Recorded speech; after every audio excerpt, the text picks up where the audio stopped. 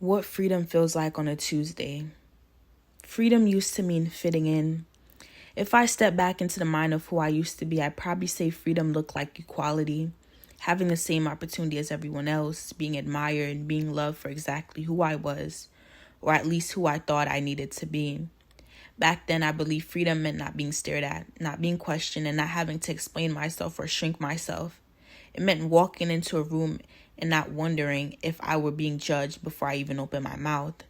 I've always looked at myself in the mirror with awe. I really have, with gazing eyes and a quiet love. I could see how beautiful I was. Skin like bronze, eyes like fire, softness wrapped in power. But the moment I left the mirror, I felt like the world saw someone else. So sometimes I imagine my reflection even when I'm not in front of it. I hold the memory of my own face just to feel grounded, to remind myself I'm not too much, that I am, in fact, enough. Today, freedom feels different.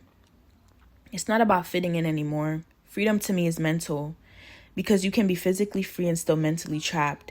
Free but still afraid, free but still flinching when people look at you too long, free but still asking, would they treat me differently if I were lighter, if I were white?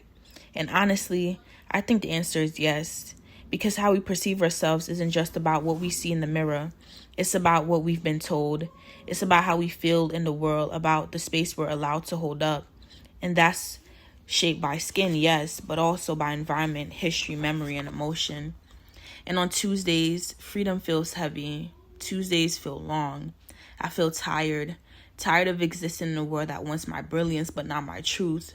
Tired of being a minority in a system that only sees numbers, not nuance. Tired of the way pain becomes routine.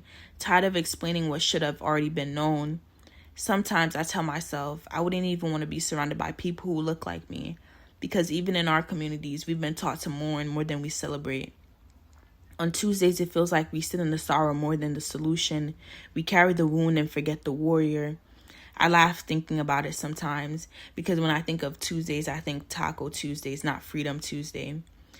I think of longer school hours, assignments, noise, silence, being watched, being overlooked.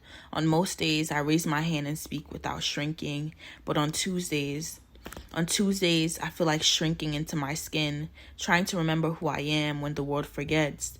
I don't know exactly what freedom feels like on a Tuesday, but I do know what it doesn't feel like: ease.